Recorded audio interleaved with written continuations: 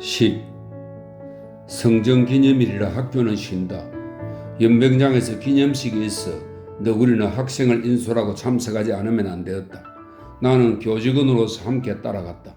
거리로 나오니 일장기가 범람했다. 학교 학생은 800명이나 되므로 체육교사가 줄을 세우고 한 반 한 반의 사이를 조금씩 띄우고 그곳에 교사가 한두 사람씩 감독으로 끼어 있게 되었다. 조직만은 대단히 묘하게 되어 있지만 실제로는 잘된 편이 못 된다. 학생들은 아직 어릴 뿐 아니라 퍽 건방져서 규율을 깨뜨리지 않으면 학생의 체면이 서지 않는다고 여긴다. 그러니 교사가 몇 사람 달려 있다고 해도 별 효과가 없었다. 명령도 내리지 않았는데 마음대로 군가를 부르기도 하고 군가를 마치면 와 하고 까닭도 없이 함성을 지르기도 하여 마치 깡패들이 거리를 휩쓸고 지나는 것 같았다. 군가나 함성을 지르지 않을 때는 와글와글 무엇인가 찌끄려대고 있다. 떠들지 않고도 길을 걸을 수가 있을 텐데 일본인들은 태어날 때부터 입부터 나온다더니 이 녀석들은 아무리 잔소리를 해도 들어먹질 않는다. 떠들어도 그냥 떠들면 좋겠는데 하필 선생 욕을 하니까 하등 동물들이다. 나는 숙직 사건으로 학생들에게 사죄를 하게 했으므로 이제는 나아지려니 생각하고 있었다. 그런데 실제로는 아주 딴판이다. 하숙집 노파의 말을 빌리면 착각도 이만저만이 아니다. 학생이 사과를 한 것은 마음으로 회개한 것이 아니었다. 단지 교장에게서 명령을 받았기 때문에 형식적으로 머리를 숙였던 것이다. 장사치가 머리만 숙이고 교활한 짓은 그대로 하는 것과 같이 학생도 사죄는 하지만 다시 장난을 안 하는 것은 결코 아니다. 잘 생각해 보면 세상은 모두 이 학생과 같은 놈들로 구성되어 있는지도 모른다. 사람들이 사과를 하든지 빌든지 할 때 진짜로 여기서 용서를 해주면 너무 정직한 바보라고 할 것이다. 사과도 거짓으로 하는 것이니까 용서도 거짓으로 해주면 된다. 만약 정말로 사과를 받을 생각이면 본인이 진짜 후회할 때까지 때려주지 않으면 안 된다. 내가 방과 반 사이에 들어가니 튀김국수니 경단이니 하는 소리가 끊임없이 들린다. 많은 학생들 속에서 들리는 소리다 보니 누가 하는 말인지 모른다. 알아낸다고 하더라도 경단이나 튀김이라고 한 것이 아닙니다. 그것은 선생님이 신경쇠약이어서 그렇게 들린 것입니다. 라고 말할 것이 분명하다. 이런 비열한 근성은 봉건시대부터 양성된 이 지방의 습관이므로 아무리 일러주고 가르쳐 주어도 도저히 고쳐지질 않는다. 이런 지방에 1년만 있으면 결백한 나도 이 흉내를 내지 않으면 안 될지 모른다. 저편에서 그를 떠단 수단으로 내 위신을 더럽히는 것을 그대로 둔다. 저가 사람이라면 나도 사람이다. 학생은 학생이나 몸집은 나보다 크다. 그러므로 어떻게든 벌을 주어 보복하지 않으면 체면이 서지 않는다. 그런데 이쪽에서 보복을 할 때 웬만한 수단으로 나가면 저편에서 역습을 하고 달려든다. 너희가 나쁘기 때문이라고 말하면 처음부터 도망갈 구멍을 마련해 놓고 있기 때문에 당당하게 항변을 하고 자기 편을 합리화할 것이다. 그리고 나서는 이쪽의 잘못을 공격한다. 원래 의도가 보복을 하려는 것이었으므로 저편의 잘못이 드러나지 않으면 이쪽의 변호가 되질 않는다. 즉 저쪽에서 먼저 싸움을 걸어놓고서도 세상에는 이쪽이 싸움을 건 것 같이 보이고 만다. 대단히 불리하다. 그렇다고 그쪽이 하는 대로 내버려 두면 그쪽은 점점 이쪽을 깔보고 덤빈다.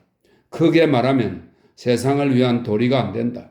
그래서 할 수 없이 이쪽에서도 그쪽의 방법을 써서 꼬리를 잡히지 않는 보복을 하지 않으면 안 된다. 그렇게 되면 영악한 서울내기라도 별 수가 없게 된다. 안 됐지만 1년 동안이나 이렇게 쥐고만 있는 이상 나도 인간이므로 나쁘건 나쁘지 않건 그쪽과 같이 되지 않고서는 서로 끝이 나질 않는다. 아무래도 빨리 도쿄로 돌아가서 기요와 같이 사는 것이 상책이다. 이런 시골 구석에 있는 것은 타락을 하려고 작정한 것이나 다름없다.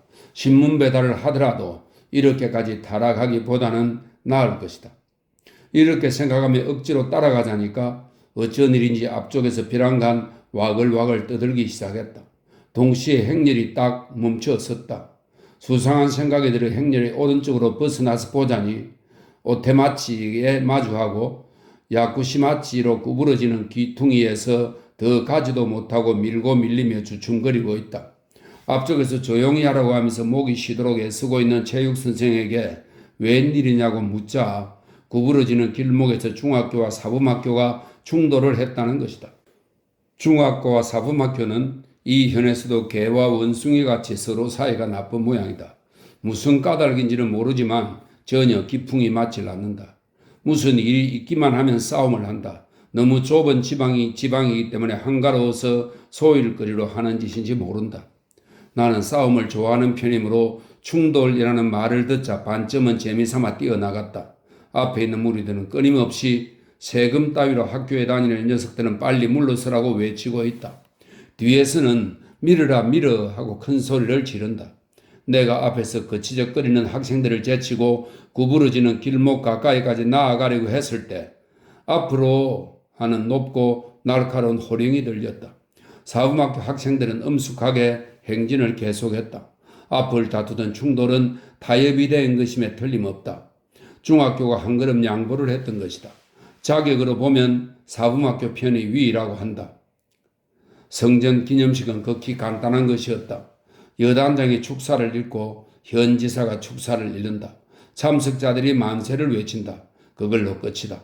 축제 뒤풀이는 오후에 있다고 하므로 우선 하숙으로 돌아와 요즘부터 마음에 걸리던 기요에게 보내는 답장을 쓰기 시작했다.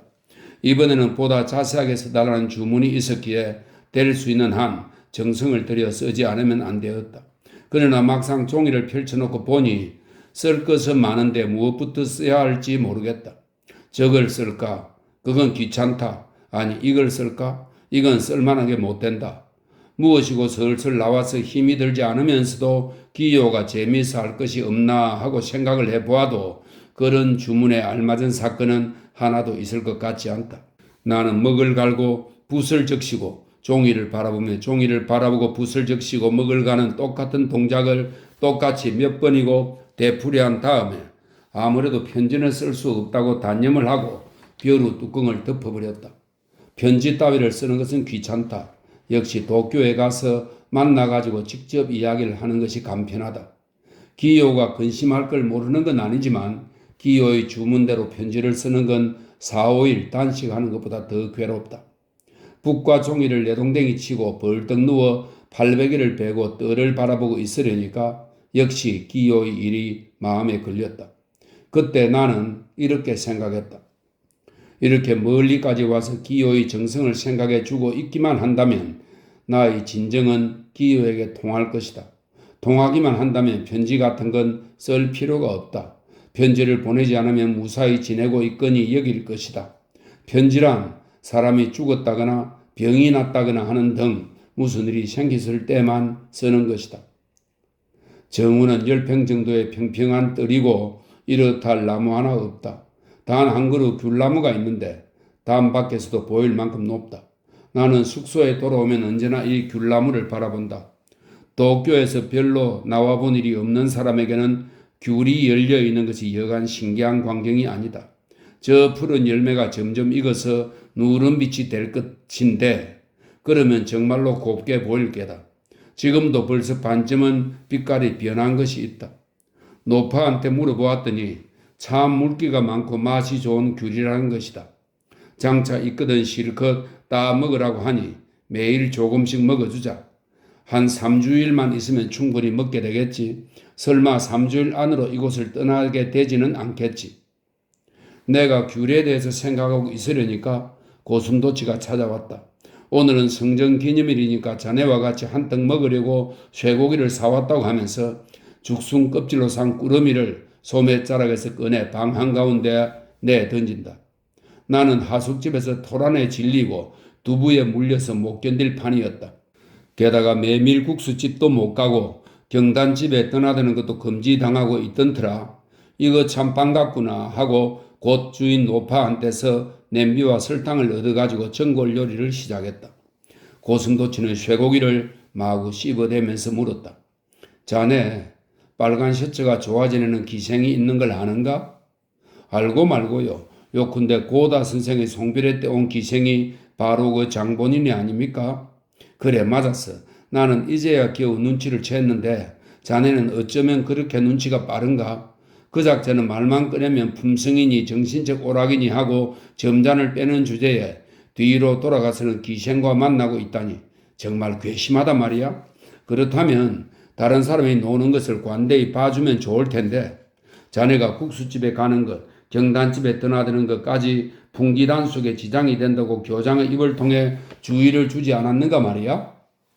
네, 그 작자는 기생 오입은 정신적 오락이고 튀김국수나 경단은 물질적 오락으로 아는 모양이지요. 정신적 오락이라면 좀 더 내놓고 뜻뜻이 하란 말이지. 그 꼬락서니를 좀 보세요. 단골 기생이 들어오자 살짝 꽁무니를 빼서 도망을 치다니. 그렇게 맨날 사람을 속이려고 하니까 더욱 밉단 말이죠. 그러고서는 누가 공격을 하면 나는 모른다든가 러시아 문학이라든가 하이쿠가 신체시와 형제지간이라든가 하며 연막 전술을 쓰거든요. 그런 소인은 사내 대장부가 아니죠. 무슨 상궁 나인 따위가 사내로 태어난 것 같아요. 아니 어쩌면 그 작자의 아버지가 유지마의 남창이었는지도 모르죠. 유지마의 남창이라 뭔가? 하여튼 사내답지 못하다는 거죠. 아, 그건 아직 익지 않았어요. 그런 걸 먹으면 기생충이 생긴다고요? 그런가? 이만하면 괜찮을 거야. 그래서 빨간 셔츠는 남의 눈을 피해서 온천 골목의 가도야에 가서 기생과 만나는 모양이야? 가도야라면 그 여관집 말인가요? 여관 겸 요리집이야. 그러니 그자를 골려주는 데는 그자가 기생을 데리고 그 집으로 들어가는 현장을 봐두었다가 면박을 주는 게 제일이야. 봐두다니 밤을 새가며 망을 본단 말입니까? 가도야 앞에 마세아라는 여관집이 있지 않아? 그 앞쪽 2층을 빌려서 문에 구멍을 뚫고 망을 보는 거야. 망을 본다고 올까요? 오겠지. 어차피 하루밤으로는 안 돼. 한 2주일쯤 그렇게 할 작정을 해야지. 무척 피곤할 텐데요. 저는 아버지가 돌아가실 때 한 일주일 동안 밤을 지새며 간호를 한 일이 있는데 나중에는 정신이 멍해져서 아주 혼이 났답니다. 몸이야 조금 피곤해도 괜찮아. 그런 간사한 것들을 그대로 두어서는 나라를 위하는 도리가 아닐 테니 내가 하늘을 대신해서 천벌을 줄 생각이네. 하, 통쾌하다. 그렇다면 저도 힘을 아끼지 않고 돕겠어요. 그럼 오늘 밤부터 망을 본단 말이죠? 아직 마스야와 상의가 안 됐으니 오늘 밤엔 안 돼. 그럼 언제부터 시작할 작정이신가요? 곧 착수하자고. 곧 자네한테 일려줄 테니 그때는 힘 좀 써줘. 좋다마다요. 언제든지 적극 거들기로 하지요. 계략은 서투르지만 싸움이라면 이래봬도 좀 날쌔거든요. 나와 고슴도치가 한창 빨간 셔츠 퇴치의 계략을 꾸미고 있으려니 하숙집 할머니가 나왔다. 학교 학상 하나가 호따 선생을 베풋다고 찾아왔으라우. 지금 댁으로 갔더니 계시지 않아서 혹 여기 오신 게 아닌가 하고 찾아왔단께요. 할머니는 문지망에 손을 짚은 채 고슴도치의 대답을 기다리고 있다. 고슴도치는 그렇습니까? 하고 현관까지 나갔다가 잠시 후 들어왔다. 성전 축제 뒤풀이를 보러 가지 않겠느냐고 학생들이 온 것일세. 오늘은 고치에서도 무슨 춤을 추러 일부러 여기까지 많은 사람이 와 있으니까 꼭 구경을 하자는 거야? 여간에서는 볼 수 없는 춤이라고들 하네. 자네도 함께 가서 보기로 하세. 고슴도치는 아주 마음이 들떠서 나에게 같이 가자고 권한다. 나는 춤이라면 도쿄에서 많이 보았다. 매년 야다시마의 제사 때에는 임시 무대가 시내에 들어오므로 시오금이든지 다른 무엇든지 다 알고 있다. 도사 따위의 시골춤 같은 것은 보고 싶지 않다고 생각했지만 일부러 고슴도치가 권하는 것이므로 가보고 싶은 마음이 들어 문을 나섰다. 고슴도치에게 권하러 온 학생이 누군가 했더니 빨간 셔츠의 동생이었다. 그 참 묘한 녀석이 왔다. 기념식장으로 들어가니 회향원의 씨름이나 본문사 예식대와 같이 깃발이 길다랗게 곳곳에 꽂혀 있고 세계 만국의 국기를 모조리 빌려온 듯이 줄줄이 걸쳐 놓아 넓은 하늘이 유난히 호화찬란하게 보인다. 동쪽 구석에는 하룻밤 사이에 만든 무대가 설치되었는데 여기서 이른바 고치의 무어라고 하는 춤을 춘다는 것이다. 무대를 오른쪽으로 돌아 한참 걸어가 보니 갈대밭을 떨러친 가운데 꽃꽂이 한 것들이 진열되어 있었다. 모두들 감탄하며 구경하고 있으나 도무지 쓸데없는 것들이다. 저 따위로 꽃나무와 뎃가지를 구부려 놓고 즐거워하려면 곱사등 세스방이나 쩔뚝발이 신랑을 자랑하는 것이 좋을 것이다. 무대 반대편에서는 자꾸 불꽃을 쏘아 올린다. 불꽃놀이 속에서 풍선이 나왔다. 제국만세라고 쓰여 있다. 성곽안의 소나무 위를 훨훨 날아서 병령 속으로 떨어진다. 다음은 뻥 하는 소리가 나고 검은 공 같은 것이 휙 하고 가을 하늘을 꿰뚫고 올라갔다가 그것이 내 머리 위로 탁 터져 푸른 연기가 우산살 모양으로 퍼지며 공중으로 흩어진다. 풍선이 또 올라갔다. 이번에는 육해군 만세라고 붉은 바탕에 희게 새겨진 것이 바람에 날려 온천 지도로부터 아이오이 마을 쪽으로 날아갔다. 아마도 관음보살이 있는 절 경내에 좀 떨어질 게다. 식을 할 때에는 그렇지도 않더니 이번에는 굉장히 많은 사람이 인산인해를 이루었다. 시골에도 사람이 이렇게 많이 살고 있었나 하고 놀랄 만큼 우글우글했다. 영리한 얼굴을 한 사람은 별로 볼 수 없으나 숫자로 봐서는 확실히 얕잡을 수가 없었다. 그러는 동안에 인기를 모으고 있는 고치 모으라는 춤이 시작되었다. 춤이라고 하기에 후지마는 춤의 1인자입니다. 춤이라고 하기에 후지마나 누가 추는 그런 춤인 줄 알았더니 이것은 큰 착오였다. 머리에 수건을 뒤로 질건동이고 불을 빳빳하게 먹인 핫가마를 입은 남자들이 10사람씩 무대 위에 세 줄로 늘어서 있는데 그 30명이 모조리 번쩍이는 큰 환도를 차고 있어 간담이 서늘해졌다. 앞줄과 뒷줄 사이는 겨우 한자 5치 좀 떼어 보인다. 좌우의 간격도 그보다 짧으면 짧았지 길지는 않았다. 그 중에서 단 한 사람만이 줄에서 떨어져 무대 끝에 서 있었다. 줄에서 떨어져 나와 있는 사나이는 핫가마를 걸치고 있으나 머리를 동여매는 것은 생략을 했고 환도 대신 가슴에 북을 걸고 있다. 북은 다이카구라. 이 다이카구라는 에도 시대에 추던 사자춤입니다. 북은 다이카구라에 쓰는 북과 같은 것이다. 사나이가 이었고 하이 하고 늘어진 유장한 소리로 이상한 노래를 부르면서 북을 퉁닥쿵 두들긴다. 노래의 곡조는 전대미문의 이상 야릇한 것이었다. 미카와 만자이는 일종의 코미디 만담입니다. 미카의 만자이와 후다라쿠를 합친 것이라고 보면 크게 틀리지 않을 것이다. 노래는 자못 유장한 것으로서 여름날 조청처럼 늘어지기는 하나 한 구절을 떼기 위해 퉁닥쿵을 넣으므로 박자는 들어맞는다. 이 박자에 따라 30명의 환도가 번쩍번쩍 빛나고 있었는데 이것이 매우 재빠른 동작이었으므로 보고 있을라 치면 간담이 움찔움찔하였다. 옆에도 뒤에도 한자 5치 이내에 살아있는 사람이 서서 날카로운 환도를 손에 들고 제멋대로 휘두르고 있는 것이니 조금이라도 동작이 맞지 않으면 같은 동료를 찌르게 되어 몸을 다칠 것이다. 움직이지 않고 칼만 앞뒤와 위아래로 휘두른다면 또 모르겠지만 30명이 일제히 걸어다니면서 옆을 보거나 빙그르르 돌거나 무릎을 숙인다. 옆에 있는 사람이 1초라도 빠르든가 늦으면 자기 코가 떨어져 나가거나 머리가 어떻게 될지도 모른다. 그들의 움직임은 자유자재지만 그 움직이는 범위는 한자 5치밖에 없으니 전후 좌우의 사람들과 똑같은 방향과 똑같은 속도로 움직이지 않으면 안 된다. 정말 놀랐다. 시오금이나 새끼노도 같은 춤이 따라갈 바가 아니다. 물어보았더니 이것은 굉장한 숙련이 필요하므로 여간에서는 이렇게 동작이 맞을 수가 없다는 것이다. 특히 어려운 것은 저 만자이부시의 쿵닥쿵 북을 맡은 사람이란 것이다. 30명이 다리 움직임, 손놀림, 허리 굽힘 이 모든 것이 쿵닥쿵 군의 박자 하나로 좌우된다는 것이다. 옆에서 보고 있으면 이 사람이 제일 한가롭게 야하 하고 마음 편히 노래 부르고 있는 것 같으나 사실은 극히 책임이 무겁고 또 무척 힘이 든다고 하니 참으로 이상도 하다. 나와 고슴도치가 이 춤을 정신없이 구경하고 있으려니까 일마장쯤 저편 구석에서 벼랑간 와 하는 함성이 나더니 지금까지 조용히 여러 곳을 구경하고 있던 무리들이 갑자기 요동을 일으켜 우왕좌왕하기 시작했다. 싸움이다 하는 소리가 나는가 했더니 사람들의 소매 밑을 뚫고 온 빨간 셔츠의 동생이 선생님 또 싸움입니다. 중학교 측에서 오늘 아침 충돌한 분풀이를 하려고 지금 막 사범학교 놈들과 결전을 시작했습니다. 빨리 와주세요 하면서 사람들 물길 속으로 사라져 어디론가 가버리고 말았다.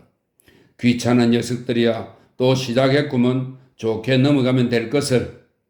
고슴도치는 달아나는 사람들을 피하면서 잽싸게 뛰어갔다.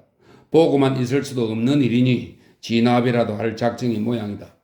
나도 물론 달아날 마음은 없다. 고슴도치의 발자국을 따라 곧 현장으로 달려갔다. 싸움은 지금이 한창이었다. 사범학교 편은 한 5, 60명이 되는데 중학교 쪽은 확실히 3분의 1점 많다.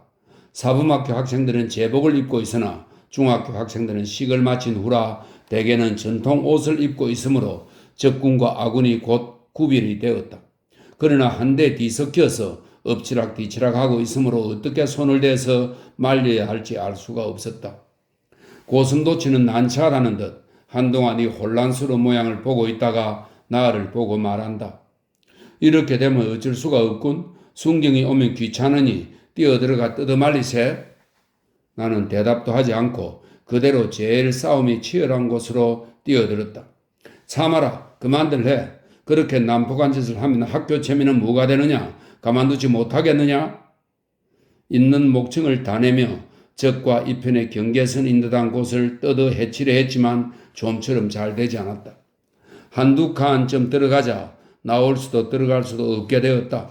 눈앞에는 비교적 큰 사범학생이 15살밖에 안 되는 중학생과 붙어 싸우고 있다. 그만두려면 그만둬야 하지 않느냐고 사범학생의 어깨를 잡아 낚아채리는 순간 누군지는 몰라도 아래에서 내 다리를 잡아 쓰러뜨리려 한다. 나는 불의의 습격을 받고 붙잡았던 어깨를 놓치고 옆으로 쓰러졌다. 누군가 딱딱한 구두발로 내 등에 올라탔다. 두 팔과 무릎을 짚고 벌떡 일어서니까 타고 있던 놈들이 오른쪽으로 굴러떨어졌다. 일어나 보니 3칸쯤 떨어진 곳에 고슴도치가 학생들 틈에 끼어서 그만둬 싸우면 그만둬 하고 말리는 것이 보였다. 아무래도 안 되겠어요 하고 말해보았지만 들리지 않는 듯 대답도 없다. 휘잉하고 바람을 가르고 날아온 돌이 갑자기 내 볼을 쳤다고 생각한 순간 뒤에서도 등을 몽둥이로 후려치는 녀석이 있었다. 교사까지 나섰다. 때리라 갈겨라 하는 소리가 들렸다. 교사는 2사람이다. 큰 녀석과 작은 녀석이다. 돌을 던져라 하는 소리도 뚜렷이 들렸다. 나는 무슨 금방진 수작이냐 촌땅 녀석이 하고 재빨리 옆에 있던 사범학생의 머리를 후려 갈겼다. 돌이 또 휘잉하고 날아왔다. 이번에는 내 머리를 스치고 뒤로 날아갔다. 고슴도치가 어떻게 되었는지 보이질 않았다. 이쯤 되면 어쩔 수가 없다. 처음에는 싸움을 말리려고 뛰어들었지만 두들겨 맞기도 하고 돌이 날아들기도 한다고 겁을 집어먹고 슬슬 물러날 수는 없다. 내가 누군 줄 아느냐?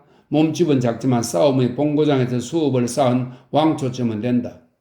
이놈들아 하고 닥치는 대로 맺히고 후려갈기고 더자비를 놓기도 하는 판에 벼랑간 순경이다 순경 달아나자 달아나 하는 소리가 들렸다. 지금까지 흙탕물 속에서 헤엄을 치는 듯 몸을 움직일 수가 없었는데 갑자기 몸이 자유로워졌다고 깨닫고 보니 적도 우리 편도 일제히 뺑소니 치고 말았다. 촌놈들도 36개는 교묘했다. 고슴도치는 어떻게 되었는가 보니까 몬척키는 자기 가문을 표시하는 무늬를 새기는 예복입니다. 몬척키의 혹겹 하오리가 쫙쫙 찢어져 가지고 저쪽에서 코를 닦고 있다. 콧잔등을 얻어맞아서 코피를 꽤 많이 흘린 모양이다. 코가 부어오르고 새빨갛게 되어 보기에 흉할 정도였다. 나는 가칠이 기업옷을 입었기 때문에 흙투성이는 되었지만 고슴도치의 하오리 같은 손해는 없다. 그러나 볼이 찌릿찌릿하여 견딜 수가 없다. 고슴도치는 피를 많이 흘렀다고 말해주었다. 순경은 15명 왔으나 학생들이 모두 달아나 버렸기 때문에 붙잡힌 것은 나와 고슴도치뿐이었다. 이름을 대고 자초지종을 이야기했으나 좌우간 경찰서에까지 가자고 하므로 경찰서에 가서 서장 앞에서 사건의 전말을 이야기하고 하숙집으로 돌아왔다.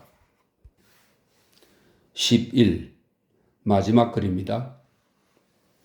이튿날 잠이 깨보니 온몸이 아파서 견딜 수가 없었다.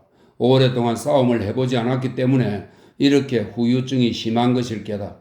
이래서야 너무 자신감을 가질 수도 없다고 자리 속에서 생각을 하고 있는데 할머니가 시곡구 신문을 가지고 와서 머리맡에 놓아두었다. 실은 신문을 보는 것도 귀찮았지만 사내의 자식이 이만한 일로 쩔쩍맨대서야 쓸 곳이 있겠는가 하고 겨우 신문을 집어 자리 속에 엎드린 채 펼쳐보다가 깜짝 놀랐다. 어제 싸움이 신문에 났던 것이다. 싸움 기사가 실린 것은 놀랄 게 없지만 중학교사 호타 모 씨와 최근 도쿄에서 물정 모르는 모 씨가 선량한 학생을 부추겨 이런 소동을 일으켰을 뿐 아니라 현장에서 학생들을 지휘하면서 사범학생에게 함부로 폭행을 가했다고 쓰고는 이런 부기까지 달려 있었다. 본 현의 중학교는 옛날부터 선량 온순한 기풍으로 전국에서 선망하던 터였는데 경박한 두 탕화로 말미암아 우리 학교의 명예가 훼손되었으며 이 불명예를 전 시민이 받게 된 이상 우리들은 분연히 일어나 그 책임을 묻지 않을 수 없다. 우리가 손을 대기 전에 당국자는 이 무리한들에게 적당한 처분을 내려서 그들로 하여금 또다시 교육계에 발을 붙이지 못하게 하는 것을 바라는 바이다. 그리고 이걸 한자 한자에 방침을 찍어서 한층 주목을 끌게 하고 있었다. 나는 자리 속에서 에이 개똥 같은 놈들 하고 벌떡 일어났다. 이상하게도 이제까지 온몸의 관절이 몹시 아팠었는데 뛰어 일어나는 동시에 씻은 듯이 가벼워졌다. 나는 신문을 돌돌 말아서 마당으로 팽개쳤다가 그래도 마음이 풀리지 않아서 일부러 변소통에 가지고 가서 버리고 왔다. 신문이란 제멋대로 거짓말을 만들어 쓰는 것이다. 세상에서 제일 거짓말을 많이 하는 게 바로 신문인 것이다. 더구나 요새 도쿄에서 새로 부임한 물정 모르는 모 씨란 도대체 무엇이냐? 천하에 모라는 이름을 가진 사람이 어디 있냐? 생각해보라. 이래봬도 성도 있고 이름도 가지고 있다. 족보를 떼보라면 선조 대대로 한 사람도 빼놓지 않고 떼줄 테다. 얼굴을 씻고 나니 볼이 갑자기 아파왔다. 하숙집 할머니에게 거울을 갖다 달라고 하니까 오늘 아침 신문을 보았느냐고 묻는다. 읽고 나서 변수통에 버렸으니 보고 싶다면 집어가 보라고 했더니 놀라서 물러가 버렸다. 거울에 얼굴을 비춰보니 어제와 똑같이 상처가 그대로다. 이래도 소중한 얼굴이다. 얼굴에 상처까지 났는데도 금방지 뭐라고 불리다니. 신문기사에 겁을 먹어서 학교를 쉬었다고 해서는 인생의 불명예이므로 서둘러 밥을 먹고 누구보다도 먼저 출근을 했다. 나오는 녀석마다 내 얼굴을 보고 웃는다. 뭐가 우습다는 것이냐? 너희 놈들이 만들어준 얼굴도 아닌데. 그러는 동안에 알랑새가 나왔다. 야, 어제는 공운을 채우시고 영예로운 부상까지 당하셨군요. 송비례 때 얻어맞은 분풀이를 하려는 듯 놀림조로 나온다. 쓸데없는 말 말고 붓이나 빨고 계시지. 미안하게 됐습니다. 허나 얼마나 아프시겠습니까? 아프건 안 아프건 내 얼굴이라고 당신 걱정할 바가 아니야. 내가 소리를 질렀더니 알랑새는 맞은편 자기 자리에 가 앉으면서도 연신 내 얼굴을 보며 옆에 있는 역사선생과 무엇인가 소곤거리고 웃고 있다. 그 다음에 고슴도치가 나왔다. 고슴도치 코는 빨갛게 부어서 꾹 짜면 고름이라도 나올 것만 같이 보였다. 우쭐댄 소치인지 내 얼굴보다는 훨씬 상처가 심하다. 나와 고슴도치는 책상도 나란히 붙은 제일 친근한 사이요. 더욱이 그 책상이 문 바로 정면에 놓여 있으므로 운이 나쁘다. 묘한 두 얼굴이 의좋게 나란히 진열된 셈이다. 다른 녀석들은 심심하면 반드시 이쪽을 본다. 겉으로는 의외로 봉변을 당하셨어 하면서 속으로는 이 못난이더라 하고 생각하는 것이 틀림없다. 그렇지 않고서야 저렇게 수군거리며 킥킥 웃을 까닭이 없다. 교실로 들어가니 학생들은 박수로 맞이해 주었다. 선생님 만세 하고 외치는 학생도 한두 명 있었다. 죽여 세우는 것인지 놀리는 것인지 알 수가 없다. 나와 고슴도치가 이렇게 관심의 초점이 되어 있는 판에 빨간 셔츠는 평상시와 같이 옆으로 와서 반은 사과 비슷한 말을 늘어놓는다. 뜻밖의 횡액이에요. 선생들을 보니 딱한 마음이 간절하답니다. 신문기사는 교장 선생님과 의논을 해서 잘잘못을 해명하도록 수속을 해놓았으니 염려하지 않아도 좋을 겁니다. 내 동생이 호타 선생을 끌어냈기 때문에 이런 일이 생겨 실로 할 말이 없어요. 그래서 이번 사건에 대해서 끝까지 전력을 다할 테니 과히 염려 마세요. 교장은 3시간째 교장실에서 나왔다. 난 저 한 일을 신문에 써냈군요. 복잡하게 되지 않으면 좋겠는데. 다소 염려하는 눈치다. 다른 건 염려할 게 조금도 없다. 저쪽에서 먼저 면직 처분을 하기 전에 자진해서 사표를 내는 것뿐이다. 그러나 자기의 잘못이 없는데 이쪽에서 물러서는 것은 거짓말을 마구 써내는 신문사를 더욱더 기세등등하게 만드는 결과가 되므로 신문사가 오보를 해명할 때까지 억지로라도 우리가 계속 근무를 해 나가는 것이 사리에 마땅하다고 생각했다. 돌아오는 길에 신문사로 가서 단판을 지으려고 생각했지만 학교에서 취소하도록 절차를 밟았다고 하기에 그만두었다. 나와 고슴도치는 교장과 교감에게 사실 그대로를 일단 설명해 두었다. 교장과 교감은 그럴 것이다. 신문사가 학교의 양심을 가지고 그런 기사를 일부러 실었을 것이라고 결론을 내렸다. 빨간 셔츠는 교무실 안에 한 사람 한 사람에게 돌아다니면서 우리들의 행동을 변호해주고 있었다. 특히 자기 동생이 고슴도치를 불러낸 것을 자기의 과실인 양 강조하였다. 직원들은 모두 전부 신문사가 나쁘다, 괘씸하다, 두 선생에게는 큰 횡액이라고 위로해 주었다. 돌아가는 길에 고슴도치가 내게 주의를 주었다. 여보게, 빨간 셔츠가 수상하이. 조심하지 않으면 거자의 술수에 걸려들 수도 있네. 원래가 수상한 놈이지 않습니까? 어제 오늘 수상해진 건 아니잖아요. 자네 아직도 눈치를 못 챘는가? 어제 일부러 우리들을 끌어내서 싸움판에 휩쓸리게 한 것은 거자의 술책이었을 것이네. 과연 거기까지는 생각이 못 미쳤다. 고슴도치는 조잡하고 호탕한 것 같지만 나보다는 지혜가 있는 사람이라고 감탄했다. 그렇게 싸움을 붙여놓고는 곧 신문사에 손을 뻗쳐 그런 기사를 쓰게 한 것이지 실로 강교한 놈일세. 신문까지도 빨간 셔츠 일당이라 말인가요? 그건 놀라운 일인데요. 신문사에서 빨간 셔츠가 하는 말을 쉽게 들었을까요? 듣지 않고 신문사에 친구만 있으면 문제가 없어. 신문사에 친구가 있대요. 없어도 문제가 아니야. 거짓말로 사실이 이러저러하다고 이야기하면 곧 쓰니까. 그거 참 괘씸한데. 정말로 빨간 셔츠의 계책이라면 우리들은 이 사건으로 면직이 될는지도 모르겠군요. 잘못하면 그렇게 될지도 모를 일이야. 그렇다면 저는 내일 사표를 내고 바로 도쿄로 돌아가겠어요. 이렇게 비열한 곳엔 있어달라고 빌어도 있고 싶지가 않아요. 자네가 사표를 내봤자 빨간 셔츠는 전혀 곤란할 게 없거든. 그도 그렇군요. 어떻게 하면 좀 골려줄 수 있을까요? 그런 교활한 인물이 하는 일은 무엇이고 증거가 드러나지 않도록 꾸미는 것이니까 반격하는 것은 썩 어렵단 말이야. 골치 아픈데요? 그렇다면 애매한 허물을 뒤집어 쓴단 말인가요? 분통 터질 일이군요. 아, 이래야 좋을지 저래야 좋을지 모르겠습니다. 어떻든 한 2, 3일 동정을 보기로 하세. 그래서 안 되면 온천거리 가서 현장을 붙잡는 길밖에 별 수가 없어. 싸움 사건은 싸움 사건대로 두고요. 그렇지. 이쪽은 이쪽대로 저편에 급소를 찌르면 돼. 그것도 좋겠군요. 저는 계략은 꾸밀 줄 모르니까 만사를 잘 부탁합니다. 여차하면 무엇이든 할 테니까요. 나와 고슴도치는 이만하고 헤어졌다. 빨간 셔츠가 과연 고슴도치의 추측대로 했다고 하면 실로 괘씸천만한 놈이다. 도저히 지혜로서는 이길 수 없는 작자다. 아무래도 완력이 아니고는 안 된다. 이러니까 세계는 전쟁이 끊이지 않는다. 개인도 막판에 가서는 완력이다.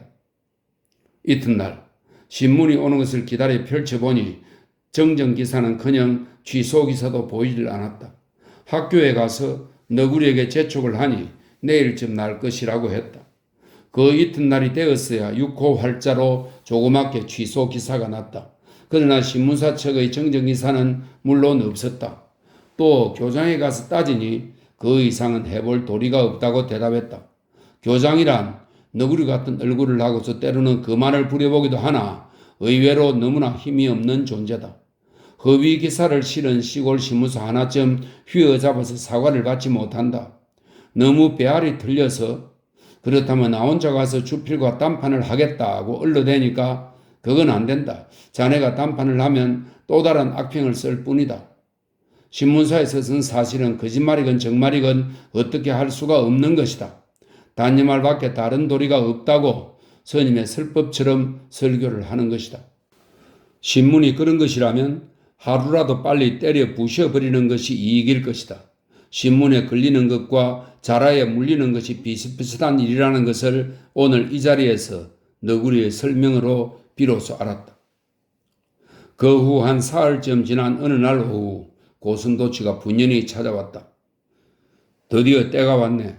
나는 예의 그 계획을 감행할 작정이라네. 그런가요? 그렇다면 저도 하겠습니다. 자네는 그만두는 게 좋겠네. 아니 왜요? 자네 교장에게 불려가서 사표를 내놓으라는 말을 들었는가? 아니요. 그런 말은 없었는데요. 선생님은요?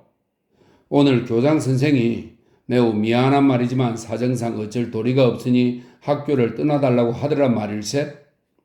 그런 재판이 어디 있습니까? 너구리는 아마도 배때기 북을 너무 두들긴 탓으로 위장이 뒤집힌 모양입니다. 선생님과 저는 함께 성전축제에 가서 같이 고치의 삐까번쩍한 춤을 보고 같이 싸움을 말리려고 뛰어들지 않았는가 말이에요.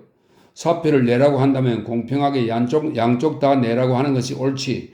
어째서 이 총구석 학교는 그렇게도 경우를 모르는 것입니까? 아, 속이 터지네. 그것이 빨간 셔츠가 하는 잔재주야. 나와 빨간 셔츠는 지금까지 지내온 경위로 봐서 도저히 양립할 수 없는 인간이지만 자네는 그냥 두어도 별 해가 되지 않을 거라고 생각하고 있는 게야. 저 역시 빨간 셔츠와 양립할 수 있을 턱이 있습니까? 해가 안 된다고 생각하니 건방진 수작이지요. 자네는 너무 단순하기 때문에 그냥 두어도 어떻게든지 속일 수 있다고 생각하고 있는 것 같아. 그럼 더욱 나쁘군요. 누가 잘 타협해 줄 아나? 게다가 요즘날 고가군이 떠나간 후 아직 후임자가 사고로 도착하지를 못했거든. 그리고 자네와 나를 한꺼번에 쫓아내버리면 수업에 지장이 생길 걸 염려하는 모양이야. 그렇다면 저에게는 시간을 메우기 위해서 한 자리 베풀어 주겠단 말씀이군요. 채, 누가 그런 수단에 넘어갈 줄 알고? 이튿날 나는 학교에 나가서 교장실에 들어가 담판을 시작했다. 어째서 제게는 사표를 내라고 하지 않습니까? 네? 하고 너구리는 눈이 휘둥그레졌다. 호타 선생에게는 내라고 하고 제게는 내라고 하지 않는 게 말이 됩니까? 그것은 학교 사정이 그 사정이란 게 틀려먹었어요. 제가 사표를 내지 않아도 된다면 호타 선생 역시 사표를 낼 필요가 없을 것입니다. 그 점은 설명하기가 곤란하지만 호타 선생이 떠나는 것은 어쩔 수 없지만 선생은 사표를 낼 필요가 없으니까요. 과연 너구리다. 앞뒤도 맞지 않는 말을 늘어놓고도 침착함을 가장하고 있다. 나는 할 수가 없어서 그렇다면 저도 사표를 내지요. 호타 선생 혼자 사직하게 하고 제가 천년스럽게 머물러 있을 줄로 생각하고 계실는지도 모릅니다만 저는 그런 몰인정한 태도는 취할 수가 없습니다. 그건 곤란한데요. 호타 선생도 가고 선생도 가버리면 수학 수업은 전혀 못하게 되고 마니까요. 못하게 되건 말건 제가 알 바 아닙니다. 그렇게 고집만 부릴 게 아니라 조금쯤은 학교의 사정도 살펴주면 좋지 않은가요? 그리고 부임해 와서 한 달이 될까 말까 하는데 사직을 냈다고 하면 선생 이력에도 좋지 않으니까 그 점도 좀 생각을 해보는 것이 좋을 겁니다. 이력 같은 건 문제가 안 됩니다. 이력보다 의리가 중요합니다. 그야 그렇고 말고 선생이 하는 말은 하나하나 다 옳은 말이에요. 그러나 내가 하는 말도 조금은 생각해 주어야 할 게 아닙니까? 선생이 꼭 사직을 하겠다고 해도 좋지만 대신 후임자가 올 때까지라도 좀 일을 해주세요. 어쨌든 집에서 한 번 더 생각을 해보세요. 생각을 바꿀 수 없는 명명백백한 상황이지만 너구리 얼굴이 파래지다 빨개지다 하는 게 가엾어 한번 생각을 달리 해보지요 하고 물러나왔다. 빨간 셔츠에게는 아무 말도 걸지 않았다. 어차피 꼴탕을 먹일 거라면 꽁꽁 모아두었다가 한꺼번에 꼴탕을 먹여주는 게 좋다. 고슴도치에게 너구리와 한 이야기를 들려주었더니 그럴 줄 알았다면서 나의 사표 문제는 일단 접어두자고 말하므로 고슴도치가 하라는 대로 했다. 아무래도 고슴도치가 나보다는 영리한 것 같으므로 만사를 그가 충고하는 대로 따르기로 했다. 고슴도치는 드디어 사표를 내놓고 교사 일동에게 작별 인사를 하고는 선창가에 있는 미나토야로 숙소를 옮겼으나 몰래 되돌아와서 온천지에 있는 마스야 여관 2층에 잠복해서 문 구멍을 뚫고 망을 보기 시작했다. 이것을 아는 사람은 나 하나뿐일 것이다. 빨간 셔츠가 살짝 드나드는 것은 아무래도 밤일 것이다. 학생들과 다른 사람의 눈을 피하자니 적어도 밤 9시 이후일 것이다. 처음 이틀 동안은 나도 11시까지 망을 보고 있었으나 빨간 셔츠의 그림자도 보이지 않았다. 사흘 되는 날에는 9시부터 10시 반까지 지키고 있었지만 역시 틀렸다. 일이 틀린 후에 한밤중이 되어 하숙집으로 터들터들 가는 것 같이 멋쩍은 일은 없었다. 이렇게 4, 5일이 지나자 하숙집 할머니가 좀 의심을 하기 시작해서는 부인이 있는 모양이께로 오이번해서 안 될 게라우 하며 충고를 해준다. 그런 외도하는 밥 마실과는 차원이 다르다. 나는 하늘을 대신해서 천벌을 내리려고 밥 마시러 다니는 것이다. 그렇지만 일주일 동안을 꾸준히 해보아도 아무 효험이 없으니 실증이 안 날 수 없다. 나는 원래 성미가 급한 사람이라 열을 내면 밤을 새워가면서 일을 하지만 그 대신 무엇을 하든 오랫동안 지속해 본 적이 없다. 아무리 천벌을 내리는 일이라고 해도 실증이 나는 데는 변함이 없다. 6째 되는 날은 벌써 실증이 나서 1회째 되는 날은 쉬어볼까 생각했다. 그런 점에서 고슴도치는 요지부동이었다. 초저녁부터 12시가 지날 때까지는 눈을 문구멍에다 대고 가도야 앞의 가스등 아래를 줄고 쏘아보고 있다. 내가 가면 오늘은 몇 사람의 손님이 있었고 묵은 사람이 몇, 여자가 몇 이렇게 여러 가지 통계를 보여주기도 해 나를 놀라게 했다. 아무래도 오지 않는 것이 아니냐고 말했더니 확실히 오긴 올 텐데 하고 가끔 발장을 끼고서 한숨을 내쉰다. 가엾게도 만약 빨간 셔츠가 이곳에 한 번쯤 와주지 않으면 고슴도치는 한평생 그 밉살스러운 놈에게 천벌을 내릴 수가 없게 되는 것이다. 8일째 되는 날은 7시경부터 하숙집을 나와 우선 천천히 온천을 하고 오다가 그래서 달걀을 8개 샀다. 이것은 하숙집 할머니의 토랑공채를 막기 위한 방비책이었다. 그 달걀을 4개씩 좌우의 소매 속에 넣고 예의 붉은 수건을 어깨에 걸치고 마스야의 청계를 올라가 고슴도치의 방문을 여니까 이봐 이제 드디어 희망이 보이네 하며 그 우악스러운 얼굴에 활기를 띠는 것이었다. 어젯밤까지는 의기소침해 있어서 옆에서 보고 있는 나까지도 우울한 기분이었지만 이런 얼굴을 보니까 나 역시 갑자기 기분이 좋아져서 아무것도 묻기 전에 좋았어 하고 소리쳤다. 아까 7시 반쯤 그 고스즈라는 기생이 가도야에 들어가서 빨간 셔츠와 함께요? 아니, 그러면 안 되잖아요. 기생이 둘이었는데 아무래도 무언가 있는 것 같아. 어째서요? 어째서라니? 그런 교활한 놈이니까 기생을 먼저 보내놓고 뒤를 따라 올는지도 모른다고. 그럴지도 모르지요. 벌써 9시는 됐을걸? 지금은 9시 12분이야. 하고 허리띠 속에서 니켈 시계를 꺼내보면서 말했다. 여보게, 등불을 끄게. 장지문에 그림자 2개가 비쳐서는 수상이 보일 거야. 여우는 언제나 의심을 하게 마련이니까. 나는 책상 위에 놓여있는 등불을 훅 불어 껐다. 별빛으로 창문만은 어느 정도 밝았다. 달은 아직 뜨지 않았다. 나와 고슴도치는 열심히 창구멍에 얼굴을 대고 숨을 죽이고 있었다. 땡 하고 9시 반을 알리는 괴종이 울었다. 정말 올 것 같은가요? 오늘 오지 않는다면 그땐 정말 지쳐버리겠어요? 나는 돈이 떨어질 때까지는 계속해 볼 테야. 돈이 얼마나 남았는데요? 오늘까지 8인분으로 5엔 60전을 지불해서 언제 이곳을 뛰쳐나가도 좋도록 매일 밤 계산을 하지. 그건 정말 잘하셨군요. 여관에서 놀랄 겁니다. 여관은 상관없지만 늘 마음을 졸여야 하니 곤란하단 말이야. 낮잠을 좀 주무시지 그래요. 낮잠은 자지만 외출을 못해서 답답해 죽겠어. 천벌 주기도 힘이 드는군요. 이러고도 하늘에서 친 그물이 헐거워져서 그 녀석들을 놓쳐버리거나 하면 헛수고가 아닙니까? 아니야. 오늘 밤에는 꼭 올 거야. 여보게 저길 봐. 하고 소리를 낮춤으로 나도 몰래 가슴이 움찔했다. 검은 모자를 쓴 사나이가 가도야의 가스등 아래서 쳐다보며 어두운 곳으로 지나쳐버렸다. 틀렸다 어쩐지 하고 생각했다. 그때 여관 사무실의 시계가 거침없이 10시를 쳤다. 오늘 밤도 또 헛탕이 모양이다.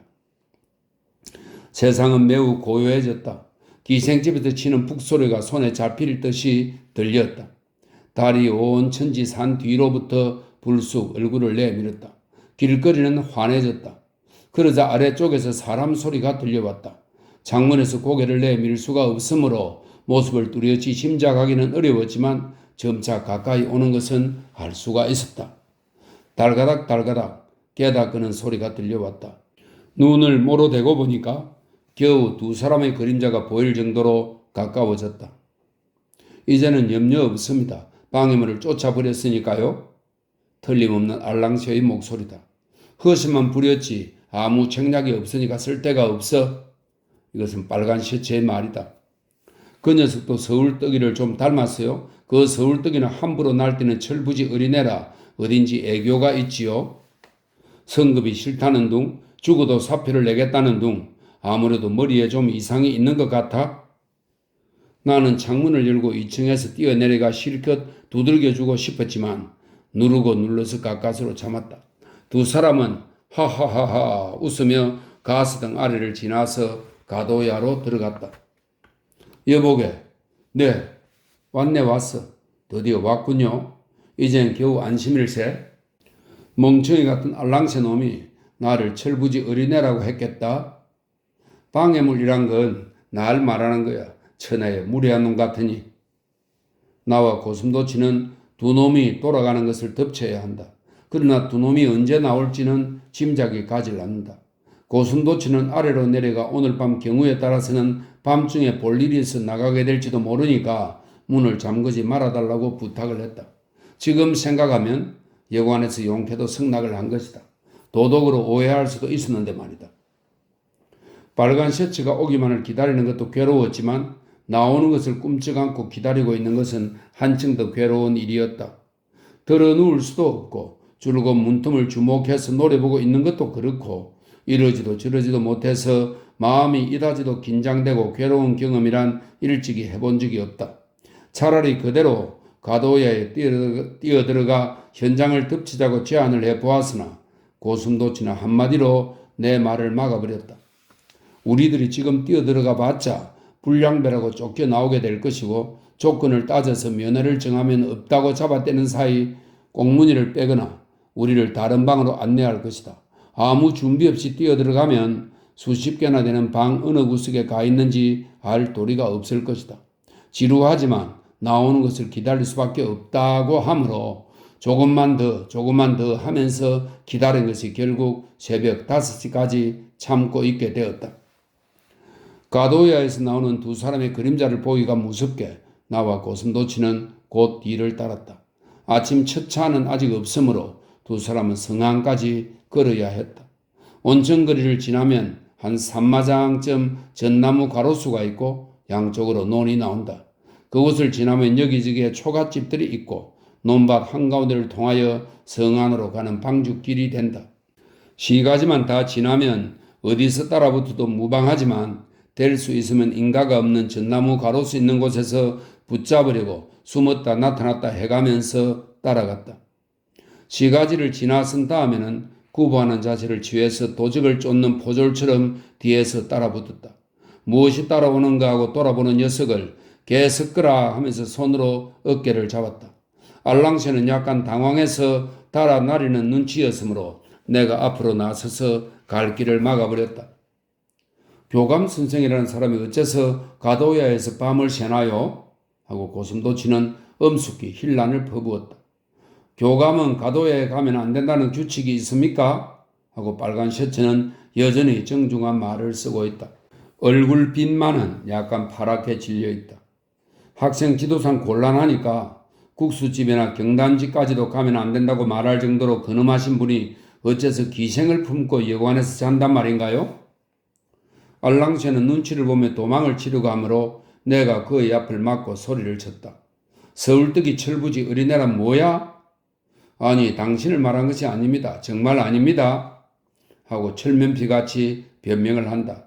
나는 이때 두 손으로 내 소매를 붙들고 있었다. 그들의 뒤를 따라올 때 소매 속의 달걀이 흔들거려서 두 손으로 붙잡고 뛰어온 것이다. 나는 재빨리 소매 속에 손을 넣어 달걀 두 개를 꺼내서 에익 하면서 알랑시 얼굴에 냅다 던져버렸다. 달걀이 쫙 깨지며 콧등장에서부터 노른자가 철철 흘러내려왔다. 알랑시는 얼마나 놀랐는지 으악 소리를 지르고 퍽 주저앉으며 사람 살려 했다. 물론 먹기 위해 달걀을 산 것이지 던지기 위해 소매에 넣은 것은 아니었다. 너무도 우라가 치밀기 때문에 달걀로 한 대 갈겼을 따름이다. 그러나 알랑시가 엉덩방아를 찍고 주저앉는 걸 보고 비로소 내가 성공한 것을 알았으므로 이 나쁜 자식, 더러운 자식 하면서 나머지 6개로 알랑시의 얼굴을 닥치는 대로 갈겼다. 알랑시의 얼굴은 온통 노랗게 변했다. 내가 달걀 총을 쏘고 있는 동안 고슴도치와 빨간 셔츠는 아직도 싸움이 한창이었다. 기생을 데리고 내가 여관에 잤다는 증거가 있습니까? 저녁에 니놈의 단골 기생이 가도야로 들어가는 것을 목격해서 내가 속아 넘어갈 줄 알고? 속이다니 누가? 나는 요시가와 군하고 둘이서 잔 거예요. 기생이 초저녁에 들어갔건 말건 내가 알 바가 아니라고요?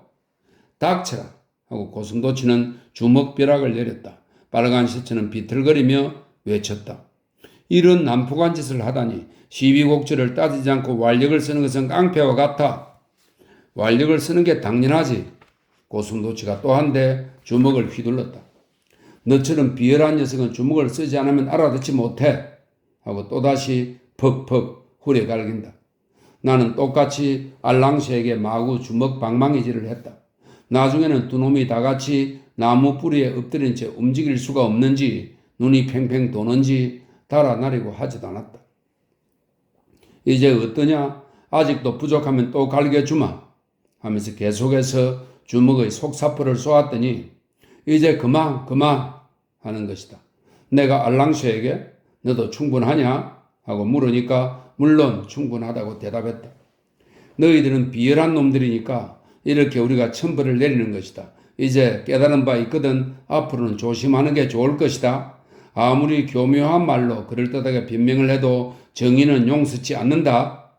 하고 고슴도치가 말하자 두 녀석이 다 잠잡고 있었다. 어쩌면 입을 열 힘도 없었을지 모른다.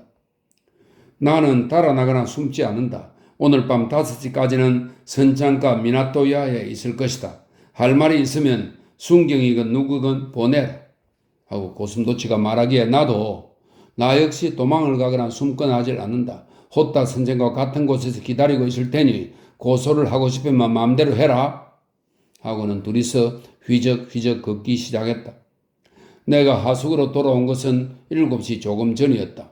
방으로 들어가서 곧 찜을 꾸리기 시작하자 할머니가 놀라서 물었다. 무슨 일이여라우? 할머니, 도쿄로 가서 아내를 데리고 오려고요. 이렇게 대답을 하고 하숙비를 치른 다음 곧 기차를 타고 미나토야로 갔더니 고슴도치는 2층에서 자고 있었다. 나는 즉시 사표를 쓰려고 했으나 뭐라고 써야 좋을지 몰랐으므로 사정이 있어 사직하고 도쿄로 돌아가게 되었으니 그리하시오 이상 하고 써서는 교장 앞으로 우편을 보냈다. 기선은 저녁 6시에 출범이다. 고슴도치도 나도 피곤해서 쿨쿨 자고 나니 오후 2시였다. 한이에게 순경이 오지 않았느냐고 물었더니 오지 않았다고 대답했다. 빨간 셔츠도 알랑시도 고소를 안 한 모양이군 하고 둘이서 크게 웃었다. 그날 밤 고슴도치와 나는 이 부정한 곳을 떠났다. 배가 언덕에서 멀어질수록 기분이 상쾌했다. 고업에서 도쿄까지 직행해서 신바시역에 도착하니 겨우 제대로 된 세상으로 나온 것 같았다. 고슴도치와는 그때 헤어진 후 오늘날까지 만날 기회가 없다. 기요에 대하여 이야기하는 걸 잊어버리고 있었다. 나는 도쿄에 도착하여 하숙집으로 가지 않고 가방을 든 채 기요에게 달려갔다. 기요, 나 돌아왔어. 어머나 도련님 잘 와주었습니다. 기요가 눈물을 뚝뚝 흘리며 반겨주어 나도 너무 즐거웠다. 이제는 다시 시골로 가지 않을 거야. 도쿄에서 기요와 함께 살겠어. 그 후 친지의 주선으로 철도회사의 운전수가 되었다. 월급은 25엔, 집세는 6엔이다.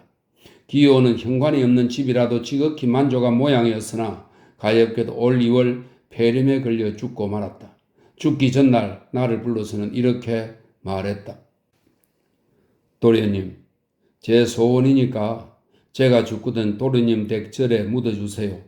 무덤 속에서 도련님 오는 것을 낙으로 기다리고 있겠어요. 그래서 기호의 묘소는 고비나타의 양운사에 있다.